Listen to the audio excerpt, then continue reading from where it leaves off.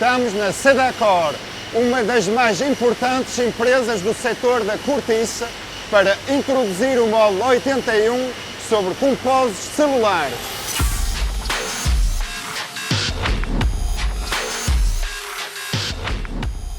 Vamos agora dedicar alguns slides aos compósitos celulares. Muitos materiais na natureza são celulares, como a cortiça, como a coral, e esses materiais têm propriedades extraordinárias, sobretudo em termos de absorção de energia para uma dada massa de material. Nós já vimos neste curso alguns materiais celulares, como a madeira e a cortiça, mas muitos materiais sintéticos podem ser transformados em materiais celulares. E temos as espumas sintéticas que são utilizadas para almofadas, amortecedores, embalagens, isolamentos. As espumas também permitem fazer materiais sanduíches. Temos outro módulo, o último módulo, aliás, é dedicado aos materiais sanduíches. Portanto, falaremos dessas estruturas mais tarde.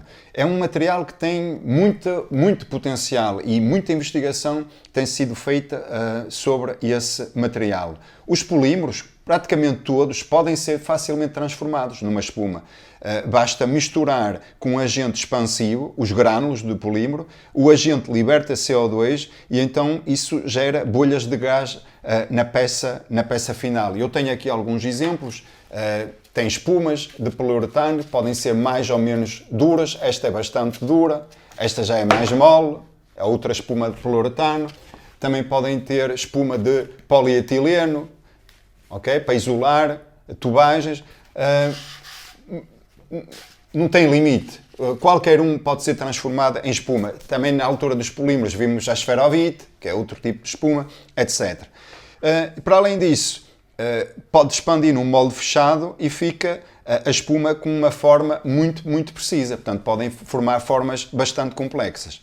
Em termos da estrutura da espuma, ela pode ser aberta, como está aqui indicado, ou fechada. A fechada, obviamente, tem mais rigidez e é mais densa do que a aberta. Mas para um mesmo material, vocês podem ter tanto uma estrutura aberta como uma estrutura fechada. Olha, tem aqui o poliuretano, esta é célula aberta e esta é célula fechada. E não é só os polímeros que podem ser tornados numa espuma, os metais também. Então tem aqui uma espuma de níquel e aqui de cobre.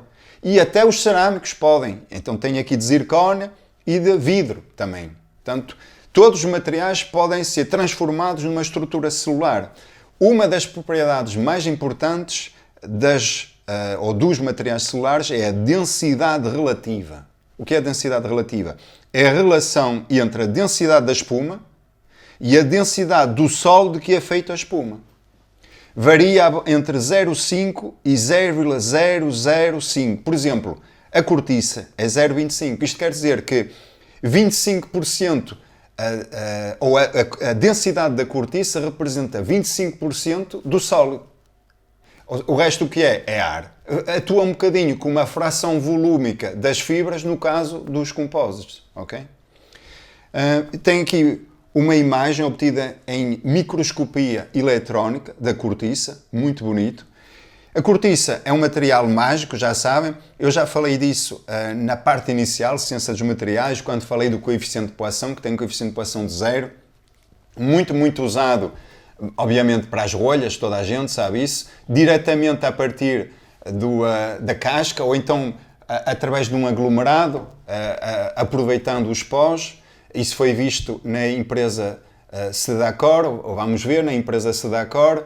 Pode ser rolhas mais ou menos complexas, para espumante. Em geral, estamos a falar de camadas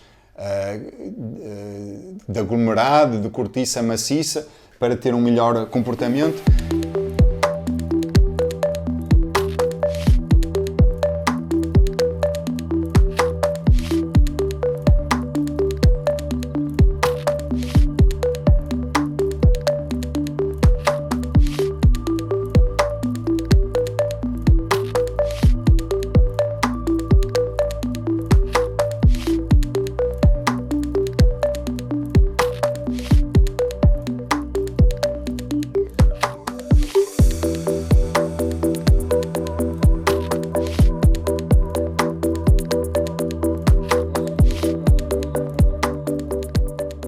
Mas não é só para rolhas, a cortiça. É para muitas outras coisas. O setor tem-se diversificado muito e é o único setor industrial em que somos número 1 no mundo. Portanto, vale a pena dizer isto. É o único. Somos o número 1 no mundo em termos de produção da cortiça. E, felizmente, o setor é muito dinâmico e tem-se diversificado muito. Não só rolhas. É para aplicações até muito avançadas, como esta aqui. Para proteger os veículos espaciais. Também tem propriedades térmicas excelentes a cortiça. Portanto, é isolamento, é térmico, é acústico, é o coeficiente de Poisson, que é zero, é vedante, etc. Inúmeras aplicações. Não podia também deixar de referir as bioestruturas, outro tema de investigação muito interessante, em que aproveitamos padrões da natureza para gerar estruturas celulares com propriedades de absorção de impacto melhoradas, como este caso aqui, em que nós aproveitamos o padrão da teia de aranha para fazer provetos por impressão 3D, em que conseguimos mostrar que a absorção de energia é muito superior. Também convido-vos a ver este artigo, muito interessante, em que autores olharam para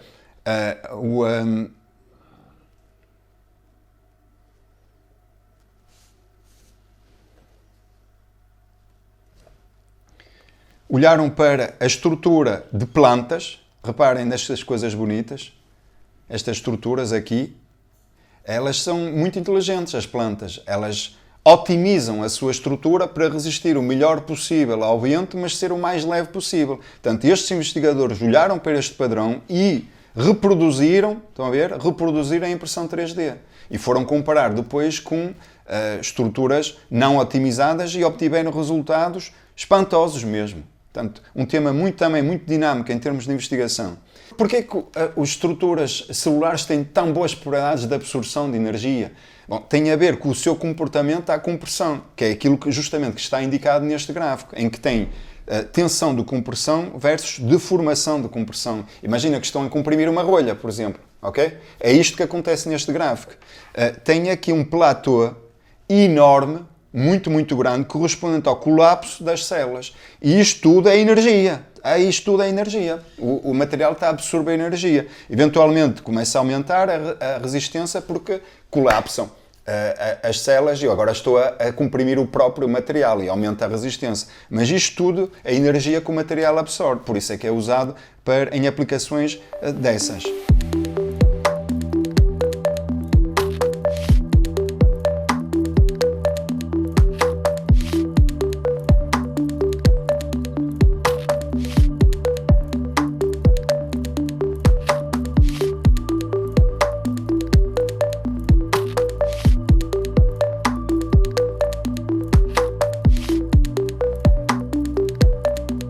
Só para acabar, o exemplo de um estudo que nós fizemos, eu, na altura dos termoendurecíveis, disse que podíamos modificá-los para aumentar a tenacidade com partículas de borracha, que são os toughen epoxies.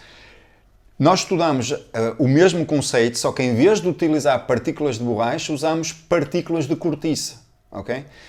Inicialmente pensámos que para isto funcionar bem teria que ter uma boa adesão, a cortiça à resina, e então tratámos a superfície da resina da cortiça para a resina ter uma boa adesão à cortiça. Infelizmente isso permitiu que a resina penetrasse em todas a estrutura celular da cortiça e então a cortiça deixou de funcionar como cortiça, que é exatamente aquilo que está indicado aqui.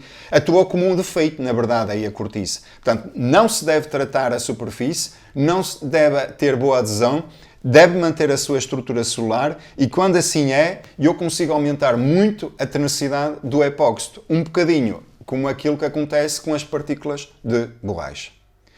E é isto sobre compósitos celulares.